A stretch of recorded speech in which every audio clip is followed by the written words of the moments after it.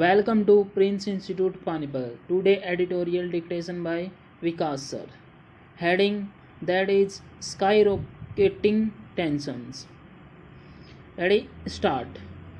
The US government's decision to bar passenger planes from China from June 16 is but another instance of rising tensions between the two countries. A trade war which President Donald Trump launched in 2018 is yet to be resolved fully. In recent months, Mr. Trump and other officials in the administration had attacked China over its handling of the COVID 19 pandemic. The US has also decided to end Hong Kong's special trade status in protest against Beijing's move to introduce a new national security law for the special administrative region. Repeated targeting of China by Washington and Beijing retaliatory moves make it look like the world's largest and second largest economies have entered into a new Cold War.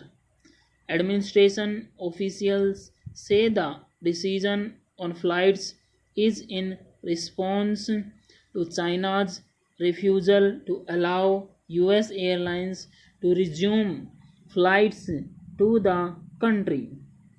China had introduced restrictions on international flights in March in the wake of the COVID 19 pandemic, and most of those curbs are still in place. Disputes such as this could be resolved through talks and cooperation. China has already sent signals of de-escalation, allowing foreign airlines to resume flights on a limited scale starting June 8.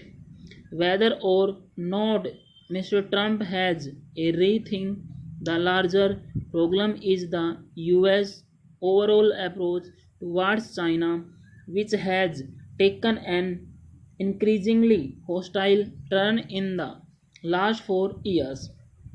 From trade and technology to the pandemic and Hong Kong, the battle lines have been drawn. China, which the Pentagon called a revisionist power in 2018, is the main rival of Washington, a position which the Soviet Union held during the Cold War.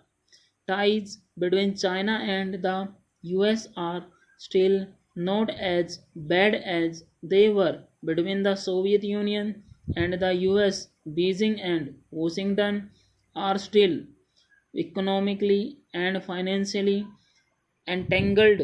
The world is not divided into two ideological blocs as it had been during the Cold War.